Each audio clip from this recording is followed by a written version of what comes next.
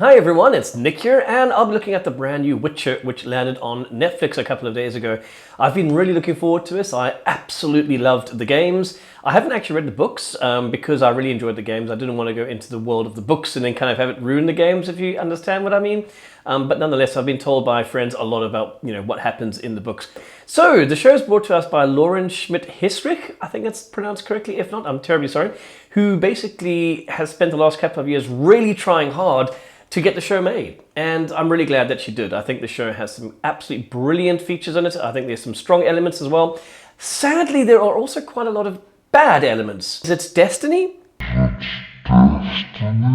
All of our choices draw our destinies closer. Jesus, I'm sorry, if you played a drinking game with the new Witcher and you had a shot of whiskey or whatever, every time the word destiny is mentioned, you'd make it halfway through the first episode before collapsing in a heap on the ground and you'd probably need a liver transplant. They really do say it just too often. Come on, guys, this is shoddy writing. I think it's every 5 minutes. Destiny, destiny, destiny. God damn it, that word. I hate it now. Anyway, that's just one of the things that I was irritated with about the show. And before I carry on, I'm going to have a drink of cider. It is my holiday, so I'm going to let loose. Well, not really let loose, but cider, for God's sake. So Lauren on Twitter has sort of come out and defended the project. Currently, The Witcher is sitting on 58% on Rotten Tomatoes, and it's on 8.8 on IMDb. I'm assuming that's because of the fans pushing it up. I had a look on there. And most of that is fan service, basically. Rotten Tomatoes, it's on 88%, somewhere around there, as far as fans, and the critics have really nailed it. And I can see why. I hate to say it, but I really can. On first viewing, and I have watched a couple of episodes since watching the entire season a few days ago, and I've also spoken to my collaborators or friends down in South Africa about this. When you first watch it, you actually really, really do enjoy it. It's bloody, visceral, sexual. I thought you'd have fangs or horns or something. I had them filed down. It's funny as hell. I'm really glad that they kept the humor in this. I'll get to that in a little bit. But when you're watching it, it moves so quickly. Okay, I think the first episode or two is a little slow, but it moves at breakneck speed after that you kind of get wrapped up in the world. And that is great and fine when you're watching it. But when you sit down and actually start thinking about it, it falls apart. And that's the biggest problem with the show, is that it appears to be rushed. And just reading a couple of but articles on some of the characters, like for example, Anya Chalotra? It's your destiny. Whatever, basically Jennifer. If you listen to her, Jennifer, she was actually, the actress, sorry, she was saying that some of the things that they had to do were rushed, which I'm a bit confused about because we've known about this for a while. I'm not sure why there was anything rushed about it. In this particular case, she was talking about being the hunchback character, and they basically forced her into certain outfits or costumes that basically gave her a hunch. In fact, she got a nerve trapped when she was doing this. But apparently they decided this in a hurry, that this was what we would do. So I'm a bit confused about why there is a hurry in this in the first place.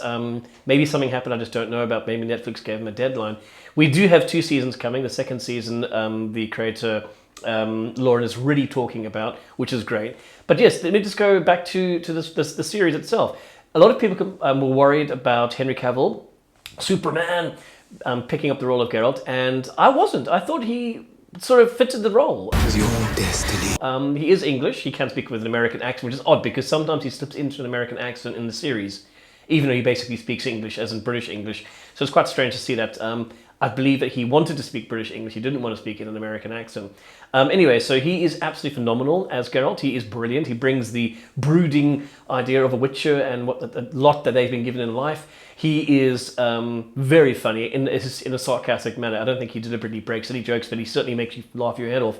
In particular, when he's playing around with Dandelion, who's not called Dandelion, he's called Jaskier for some unknown reason. Jaskier is in the novels, but Dandelion is from the video games. It's certainly a more animated character, light-hearted name. He's brilliant in it, by the way. Anyway, back to Geralt. So Geralt nails everything for me. He really bats it out the park.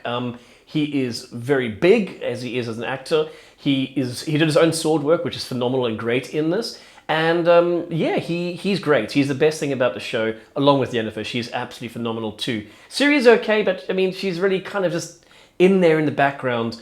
And that's the problem with this show, is that a lot of the characters are in the background and a lot of things are happening in the background, but they also sort of push the pace of the movie, the series along. But I'm going to talk about the great things, the good things first. So yes, Cavill's absolutely brilliant. Yennefer is phenomenal. The actress is great. She goes from being this hunchback character to literally sort of cutting herself open and cutting herself to pieces to be beautiful. And it's done in the most horrendous way, not in a bad way, it's not made badly, but to watch it is quite difficult. It's very gory. And a lot of the things in this are very gory, kind of like sort of Game of Thrones, people's heads getting lobbed off and people being sliced open, guts coming out and all that kind of stuff. So it certainly brings that level of adult gore to it. It is also very sexual. I mean, Yennefer spends most of the time with her top off. Not that I'm complaining, she's a stunning actress.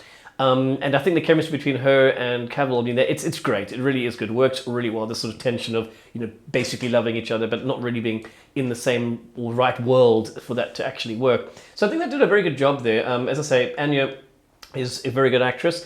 She gets a lot of tension in this. I was thinking it should probably be called The Witch and The Witcher, TM.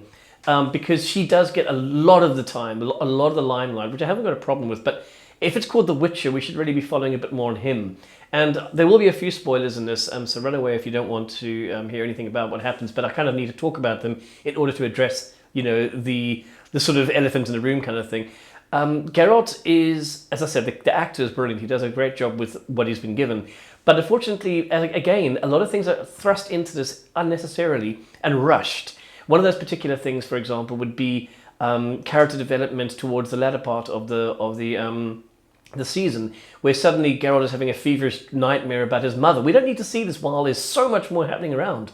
The same with Yennefer as well. We have a lot of backstory about her, and it's if we wanted to go that route, then we must leave other things out. And the Nilfgaard army, which basically overshadows, well, not overshadows, in the background of this, is a huge threat. It is there, it's prominent. We end up with a rather ridiculous battle at the end of the season. The reason I say ridiculous is because they're basically holding a bridge after they've already said that they can easily bottleneck the army.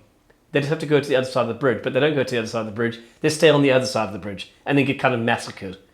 Makes no sense. It's really ridiculous. So, a lot of like I said, the issues that I have with this are the pacing over there. They also have issues with, as I said, there's this huge army thing. If they wanted to make this a scope like Lord of the Rings, they could have made it over 2 seasons. Instead, they throw everything in the basket for the first season, and it's a mess. The episodes that work really well, there's 4 or 5 of them, are when Geralt is doing the Monster Hunter episodes. That's what he is. We should have been given character development on both Yennefer and Geralt's side of things, and including Ciri, who gets a few shining moments, but not really that much. She's kind of defending herself the whole time. She meets the elves, and that whole part is thrust in there, shoehorned in there. It's unnecessary. It doesn't do anything to the plot of the actual movie. So that's the problem with this movie series. That's the problem with this. There's too much going on. I would rather have seen, as I mentioned just now, character development. In the background, we can hear about the war. Instead, we get character development, the war. We then have, and this is my largest issue, time jumping things. Not as an actually, plot-wise time jumping, but we have backstory.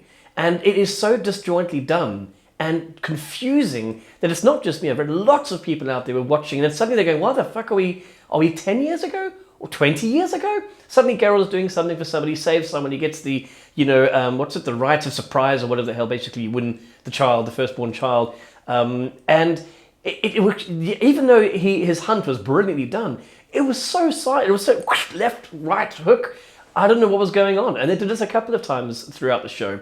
One moment we're standing there and we're watching the story unfold. The next moment we're going back in time again to a court room where what looks like a porcupine kind of guy is wanting to get married. And you're like, what? It is so confusing. And then what happens in that particular scene again? It ends with Geralt going, fuck, and walking off. And you're like, why? What's happening here? It was very, very confusing. Too much going on. Could have been slowed down. I mentioned Jaskier earlier. He is great in this. He's absolutely brilliant. The actor Joe Beatty does a really great job of this. The interaction, again, the chemistry between him and Henry Cavill is really good. And it breaks the rather serious side of the series really, really well. So that's done beautifully.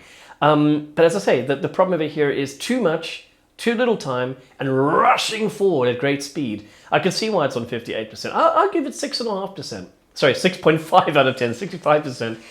because there is definitely something there. It just needs to. They need to think about this. And as I mentioned, Lauren, she's a showrunner for this. I believe it's the first time she's showrunner and producer for this. She's done a lot of writing beforehand for like things like the Umbrella Academy, even West Wing. But it takes a lot of attention to detail and to know when little is more. And that's the problem with this. I mean, in the last battle, there's this whole device or plot device where they get these little worms that go into people, burrow into people's ears, much like the Wrath of Khan, and get them to act a certain way.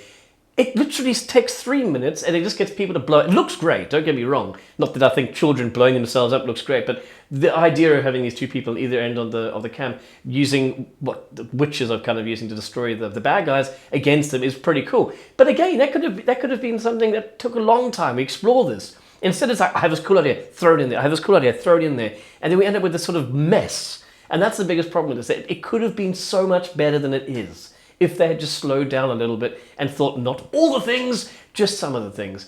But yeah, on the great side of things, let's look at the positives. I think the acting is superb. The characters fit perfectly. Cavill, as I said, is the best Witcher I can imagine. Yennefer is great too. Oh, another thing already pissed me off. So I've got to get this in here, okay? Where is Triss? Now, of course, if anyone knows the games and the books, there's a Triss, Yennefer, and Geralt sort of love triangle, okay? We do get to see Triss at the end of the season for about 5 minutes, and they portray her as almost like a druid hippie who makes plants grow, but not fast enough before she gets fucked up. And she's weak in this.